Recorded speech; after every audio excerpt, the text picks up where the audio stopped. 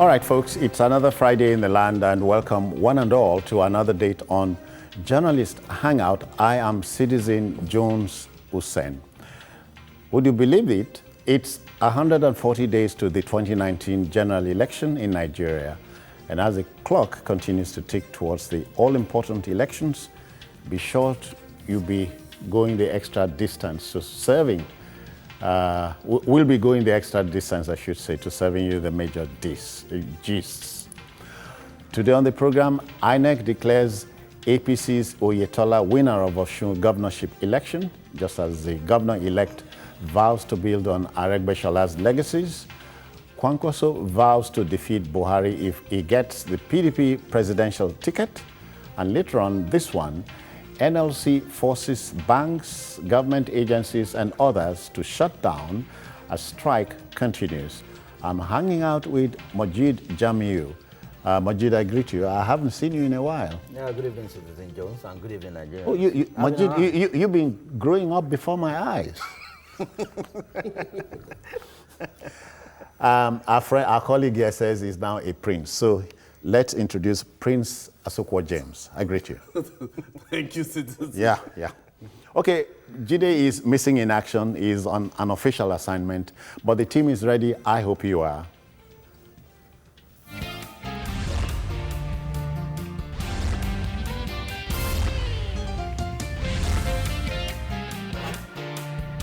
All right then. Truth be told, the Osun election almost took our collective breath away. It was too close to call, and yet it was largely avoidable. The Independent National Electoral Commission on Thursday declared the All Progressives Congress flag bearer Gboyega Oyetola winner of the Osun State governorship election. Returning officer Professor Joseph Fuakbe announced the figures of 255,505 votes for Oyetola and 255,023 votes or ballots for Senator Ademola Adeleke of the PDP. Meanwhile, Governor-elect Oyetola has sworn to build on the legacies of the boss, Ralph Aregbesola, but he has no choice. But before we begin the discussion, let's hear the final outcome as announced by the returning officer, Professor Fuakbe. Watch this.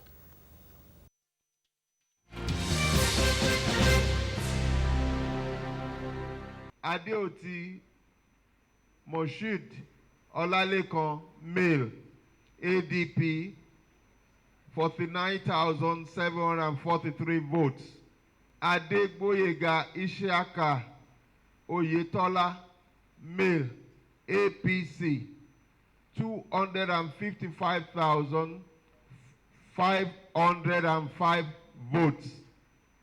Ademola Nuruddin Adeleke male PDP 255,023 votes.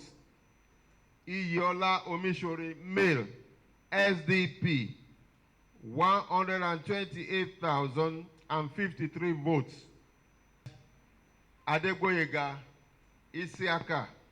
Oyetola of APC, having satisfied the requirements of the law and scored the highest number of votes, is hereby declared the winner and is returned elected.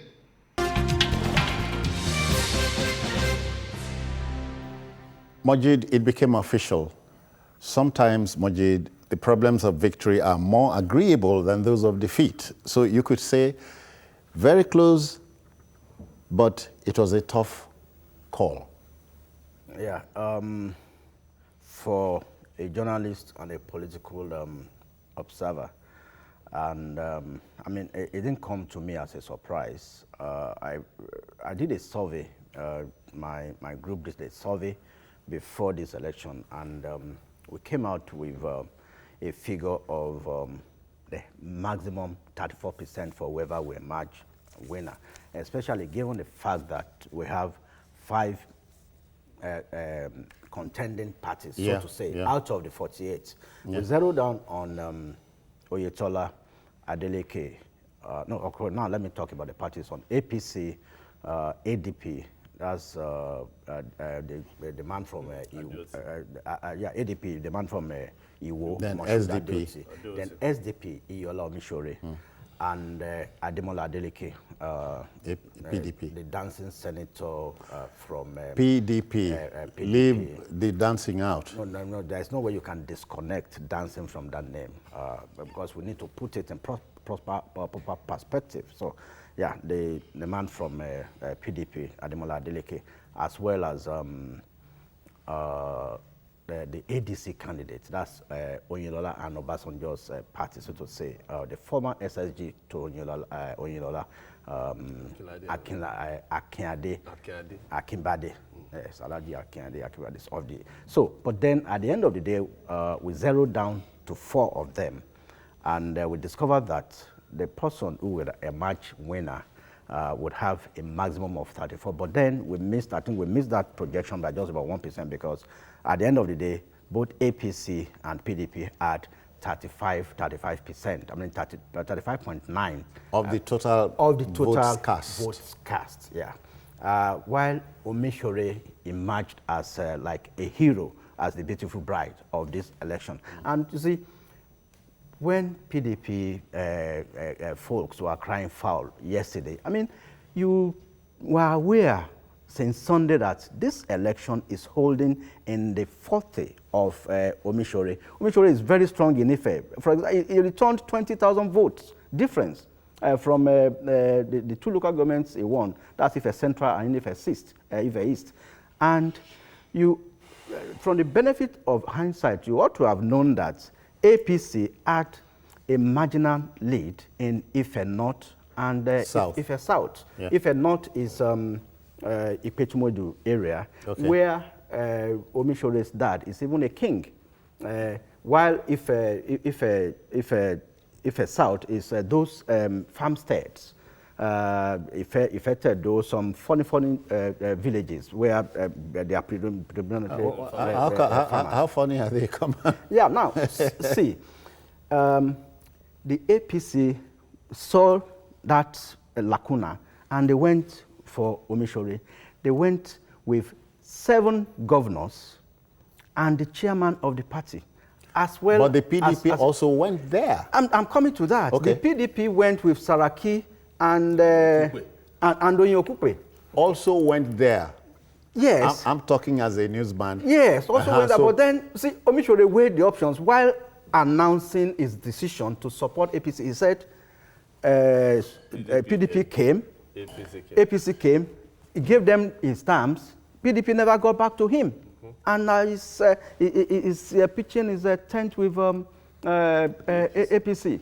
And at the end of the day, what do we have from Ife? 455 votes to 36 from Ife South alone. okay. So you can see that alone. So Omishore is a factor.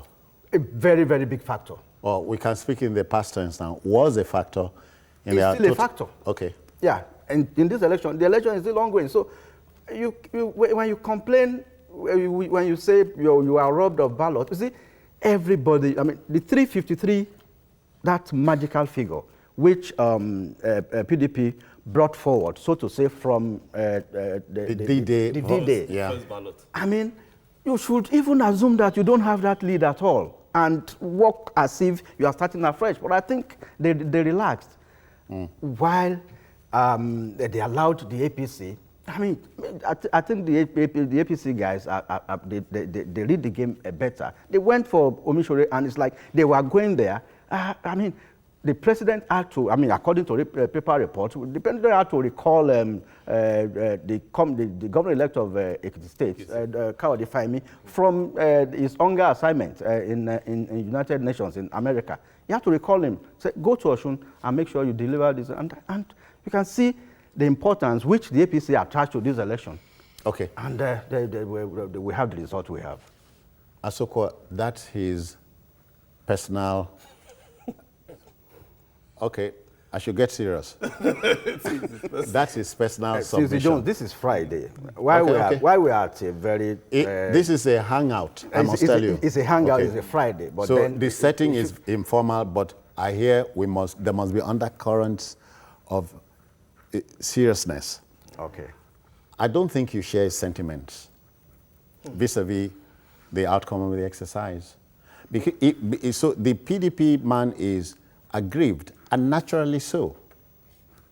There's citizen. There's no election in Nigeria that, except maybe that of Goodluck Jonathan, that he considered, But I know he considered defeat. Defeat.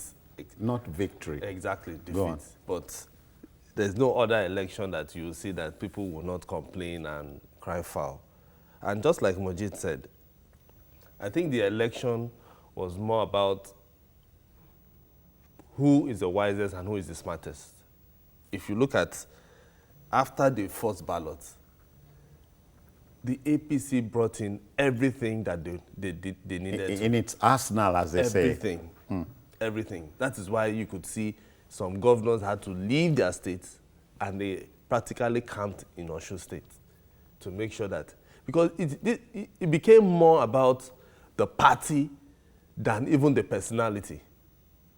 And so the PDP did not, to me, I feel the PDP left the battle too early and left it for the Adelekes to fight. Because Saraki going there with just a Edonyo Okupe, and then the national chairman just making a call, and Atiku going there maybe in the middle of the night or any time, wasn't just enough. They would have stayed there with him or with the family, because I see the election as more about the Adelekes versus APC. That is that is how I saw that particular runoff. Because if you look at it, they would have stayed with them to make sure that they fight this battle toe to toe. But unfortunately, they left. And the APC sent in all that they needed, sent in the people that they know that they can speak with people, talk to people, and that was how they were able to cut Omishore. Who got to Omishore first? It was the PDP. Yeah. So if they knew that they really wanted that election or they wanted that Osun State, they would have stayed with Omishore. All the conditions that he wanted, there's nothing stopping them as the opposition party to say, okay, fine, we'll give it to you by the time we win this election or that. I don't know what the condition, but Omishore is saying that it is what the cardinal objectives of their party, which is the SDP, APC have agreed to put it in their own programs. That is what he told us. So it's not about whether the APC took money in bags to him. No, that we don't know. No, I'm not saying. I'm saying it is not about. From the statement Omishore issued, it is more about the party programs, which he also promises people. And you're not considering what the chairman of the SDP said in reaction to the whole thing. The chairman said something else, but Omishore deep down said, okay, from his statement, I'm telling you about the statement. The chairman might have his own reservation, not allowing the SDP to go in alliance with the APC. But Omishore says, these guys have agreed to follow what we are pursuing in the battle. So that is why I am aligning we're on the same page. Yes, we are on the same page. So citizen power, they say, is not serve a la carte. You must always see at Prince Asokwa, power is the ultimate aphrodisiac. Of course. But I keep saying Majid knows that. Of course now, but he has calmed down now. Yeah, we thank goodness for that. Majid, anybody can deal with victory, but only the mighty can bear defeat. You advise the PDP to challenge this, because Senator Adeleke says, I'll challenge this and I'm sure I'm going to win. Well, these days, it's better you win your battle right on the field. At the ballot. At the ballot. Let the people decide. Victory was at its fingertips. Of the PDP. Of the PDP. But he threw it away. He left, like somebody wrote, they left the fight to Twitter and Facebook. Somebody said, Femi Fani-Kayode is an indigene of Ife. He was on Facebook tweeting that Omishore should support PDP. Because they are cousins or something. They are cousins. So you left Saraki alone to go there with Okupe and the senator from Ekiti State. I mean, said if you are really serious of winning this election, get yourself together, get those who you feel are close to Omishore, move to that place. Majid, politics also has big boys. Yeah, FFK is a big boy in PDP. Mm-hmm. And apart from that, you need interpersonal relations, which was what APC used at the end of the day. I heard Fayemi saying Omishore is his in-law. So, I mean, whether it's to take more yam to Omishore or to say we have been taking care of the bride of your daughter. So, I mean, something must give. And if you know how important Ife is, and if you know how strong Omishore is in Ife, then you won't toy with him. Like I said earlier, he returned 20,000 votes. The same way, nobody can penetrate Ede without the backing of the Adelekes. No doubt about it. No doubt about that. So any day, the Adelekes will take control of Ife. The same way Adeoti held forth in Iwo. Yeah. I mean, he had, almost 60%. He had more than, he had about 70% of the votes cast in Iwo. Yeah. With 16,900 to APC's mere 7,000. So, I mean, he showed that he was in control, but then he couldn't spread that all over the state. But then at the end of the day, he was still able to muster 49,000, which is a good figure for him, especially given the fact that he used to be a chairman of, he was a founding chairman of the APC before he defected to the ADP. Asukwa, let's find out now. The second leg of the issue is the promise by the governor-elect to build on Aregbesol's legacies, but he has no choice. No, definitely. But I know, like a week before the election, I was in Osogbo for a training, and I was able to go around the states, and sample people's opinion. The thing is, did you speak in Yoruba? Of course. No, okay, go on. So and what out there was this, the man has done schools and infrastructure, but the central thing they were all saying about is salary. And I tried to, ask them about the modulated salaries, which I feel the APC did not push forward too early about the modulated salaries. What shape does that take? Which is from level 1 to 7, the government they were not owing salaries from level 1 to 7. Okay. Level 8 to level 12 was about 75%, and 12 above was 50%. And they didn't push this narrative out too early. And from what I also gathered, it was this same Oyetola that brought this idea. Rather than pushing people out without jobs, let's, go on with this modulated salaries. And then apart from that, I know Aregbesola built so many schools. He did so many infrastructure, because 4 years ago I was in Osogbo. I covered elections there 4 years ago. I've seen some massive changes in around Osogbo area. Put simply, infrastructure. Infrastructure. Okay. We'll get back to that.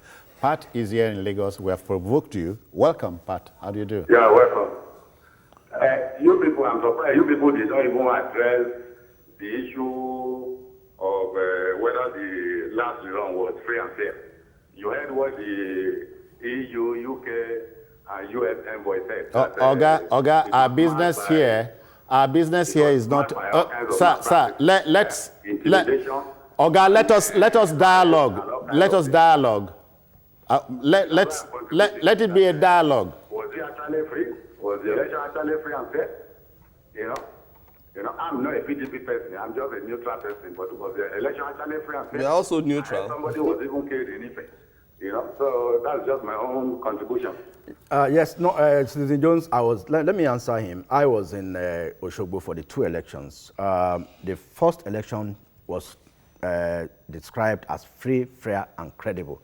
And the U.S. ambassador during an interview on most TV stations, said it was credible. Said it was credible. He said there were gunshots, but then in Oshogbo, that there were gunshots in the morning, but it's to actually put in check some hoodlums that were trying to cause mayhem close to the polling unit at Adewale Street in the heart of Oshogbo there.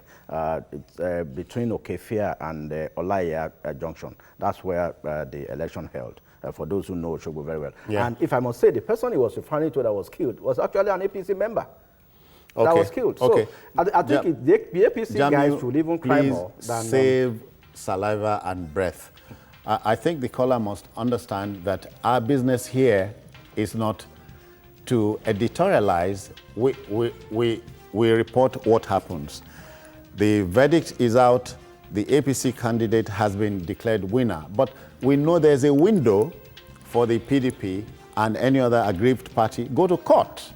All right, we move on now. In tackling engineer Rabiu Kwankwaso's presidential ambition, I had to allow myself the indulgence of a quotation credited to the great emperor of Rome, Marcus Aurelius. He said, let me quote him, "A man's worth is no greater than his ambition."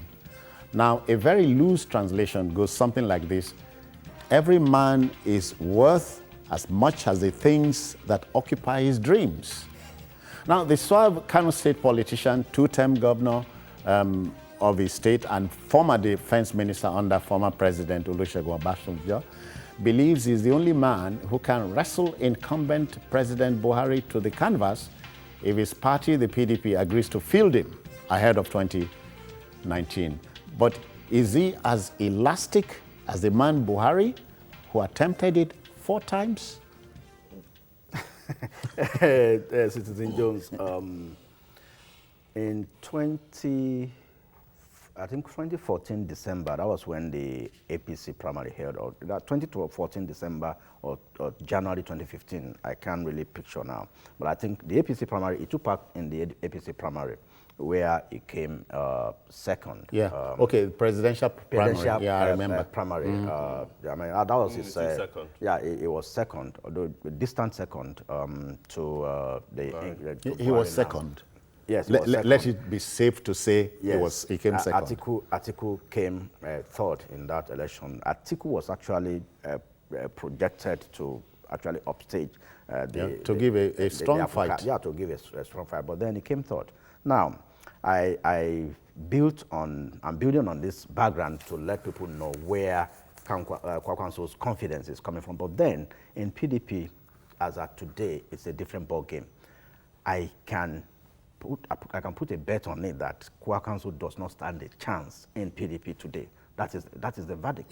You are not editorializing. No. I'm not editorializing, but I'm just telling you what is on ground. Because even in Kano, is having difficulty. It cannot even deliver Kano, especially given the fact that Shekarau has moved and so many other factors. It can't even win Kano. He had to sneak into Kano in the wee hours just last week after about 3.5 years, and that's the state that is supposed to be your base.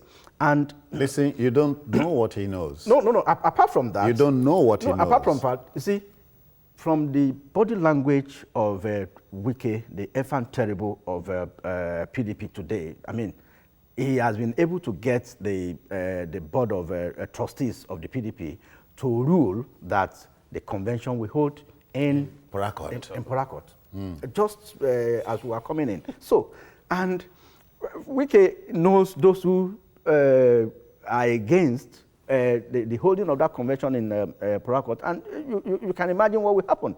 I'm not going to say it here, but then Wike, we know Wike for who he is.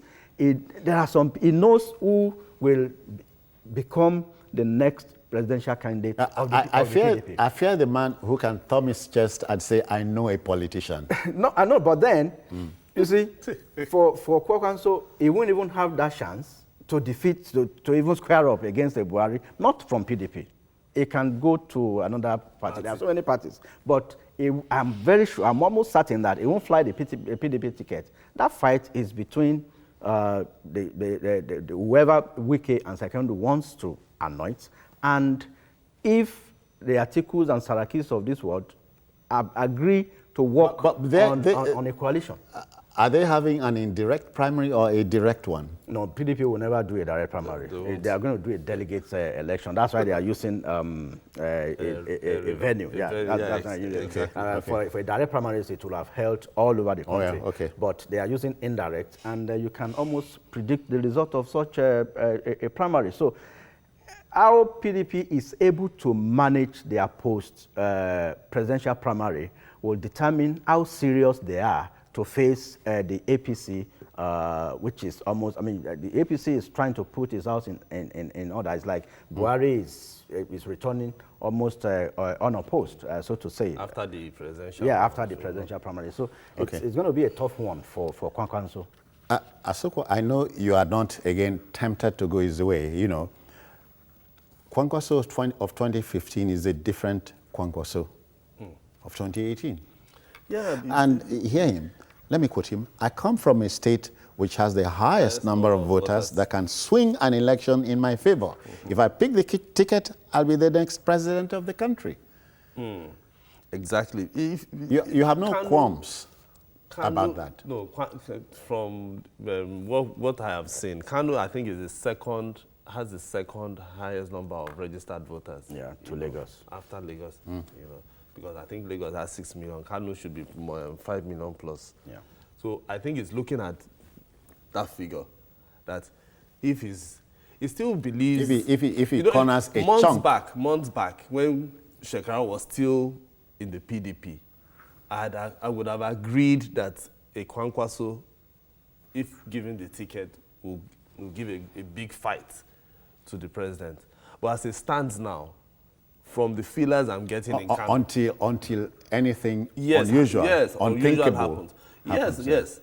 From the feelers I'm getting, he's having to even have, he has more battles in the home front now than even now. Are you saying he's no longer popular there? That is it, citizen. From the feelers I'm getting, you know, the former deputy governor, Hafiz Abubakar, who was the former deputy governor, was supposed to be the person he would have anointed to be the next governor. Of Kano. He went for his in-law. He went for his in-law, who was the former commissioner. To you, is that politics? To me, it's not politics, because politics or democracy is politics must come side by side with democracy if that is what we want to practice. Because if you look at what the APC or the Lagos, let me use Lagos for instance, they are trying to do now, the internal democracy, which they are bringing back into politics. That is how it's supposed to be. If you know that, okay, it's your in-law, make sure it goes through the ballot. Don't anoint anybody, don't endorse anybody. Everybody go there and face the people. And that's why I still prefer the direct primaries to all these delegates primaries. Yeah. Because that one is more or less like you come some people and then you tell them this is the person that you want to vote. So that is where he's having issues. He's having issues with him not taking the deputy governor who sacrificed a major seat for him to have taken that slot, which is the governorship slot. Yeah. You know. Then he also has issues with Taike, who was supposed to be another person who would have moved with Shekara, but is in the PDP now. So he has a major battle in the home front. So for him to even leave the home front and go and face his we're not placing the lead on the subject matter just yet. Let's go on this break. We'll come back and continue. Please stay.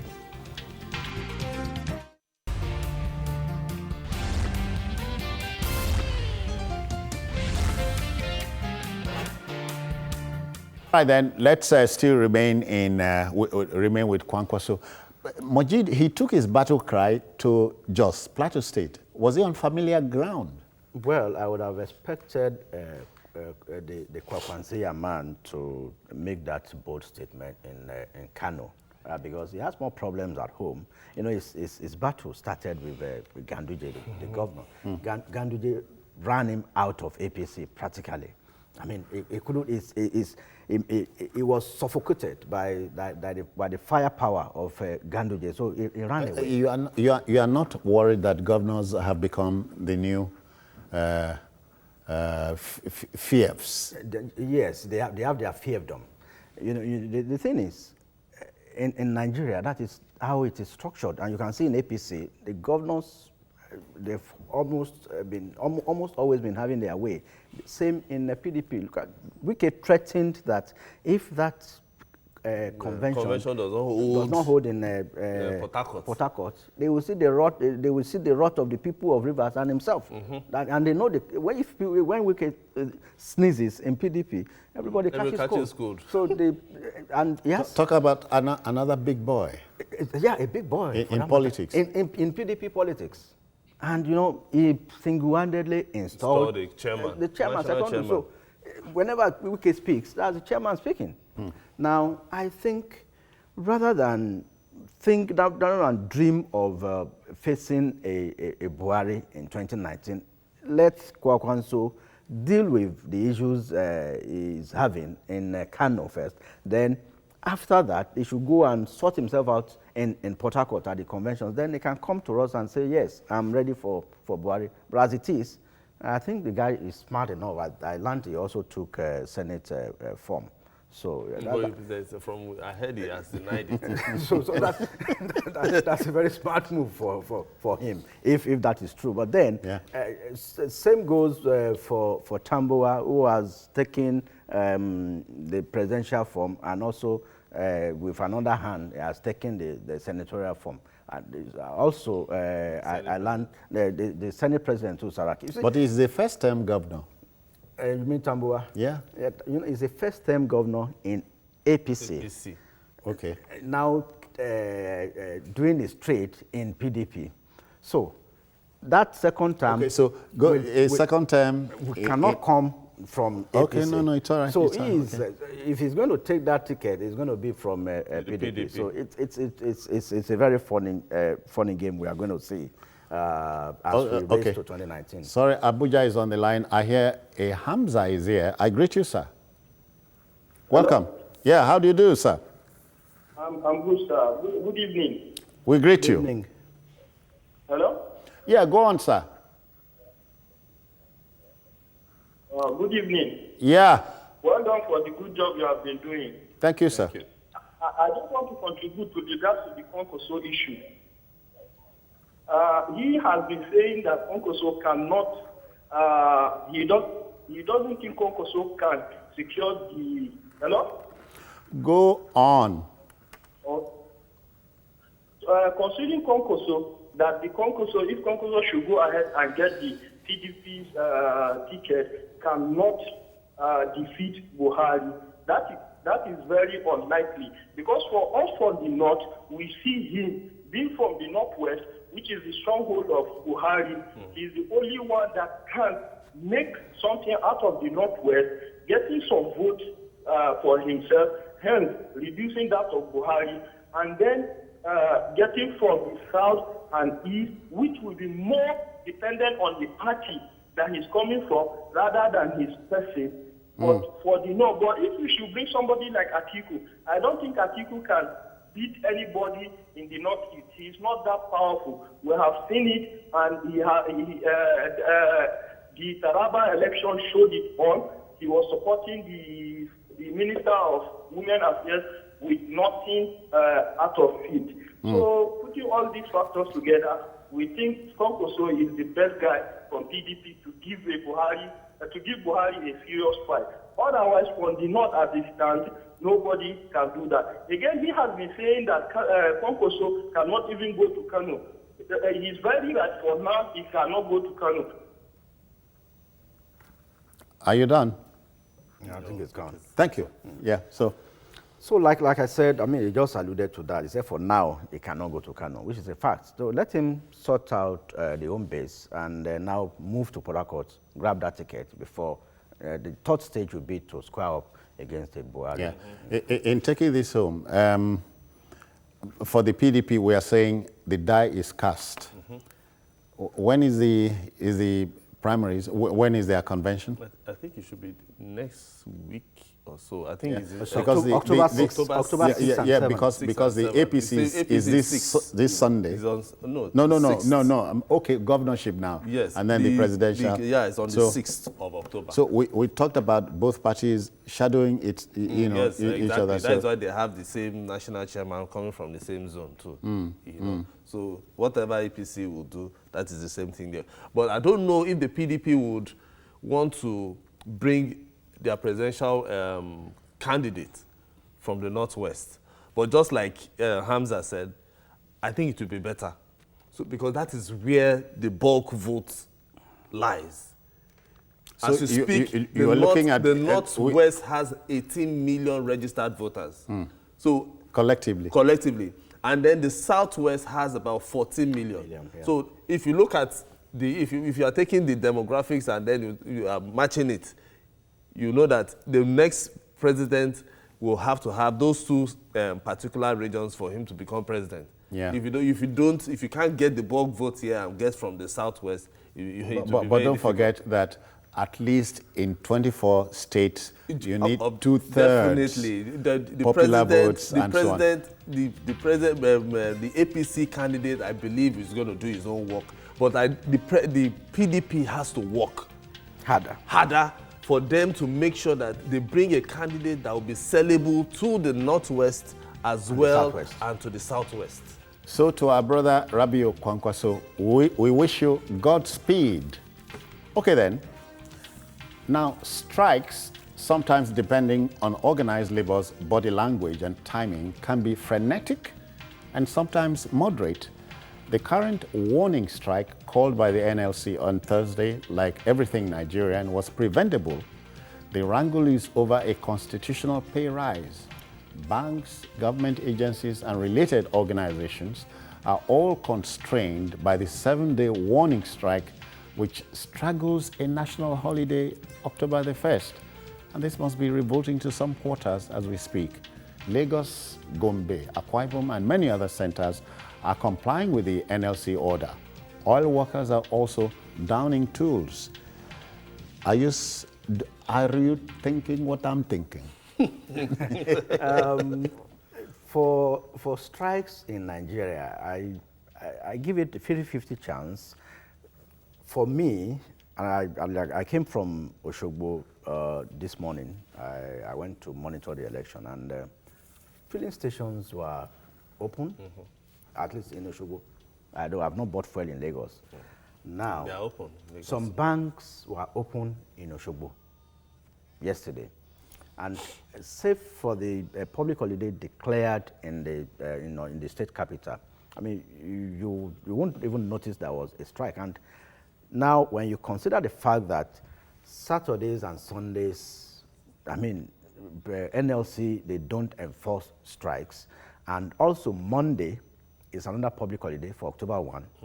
The strike is supposed to be for 7 days. It should be by Tuesday, Wednesday, they'll be rounding up. So effectively, I doubt, although federal ministries, there was total compliance and state ministries. But for me, I doubt if there is that impact. I mean, how many people depend on the federal government? And as long as the fuel stations are still open. Not even when the top official of the government at the center is saying the strike might underline that phrase, might affect salaries of federal civil servants. Yeah, because this is about the time. Today is the 28th. And this is about the time they punch the button that pushes salary into account to the Nigerian Interbank settlement system that goes to all the accounts. So I know that NLC is smart enough to say this is a warning strike, and like I said, we have the weekend and then the holiday. So by the time it is over, I think NLC has made a point. They are asking for a pay rise, but I think they should, what they should be asking for, they should use the California model, where they projected a 3% rise per annum over a 7-year period. That way, the federal government won't feel the impact too much, and we won't have to battle with a galloping inflation, because by the time you increase from 18,000 to 45,000, you see, our leaders, our labor leaders should think they should be smart. You see, you don't just push 45,000, an increment of 56, yeah, sorry, is the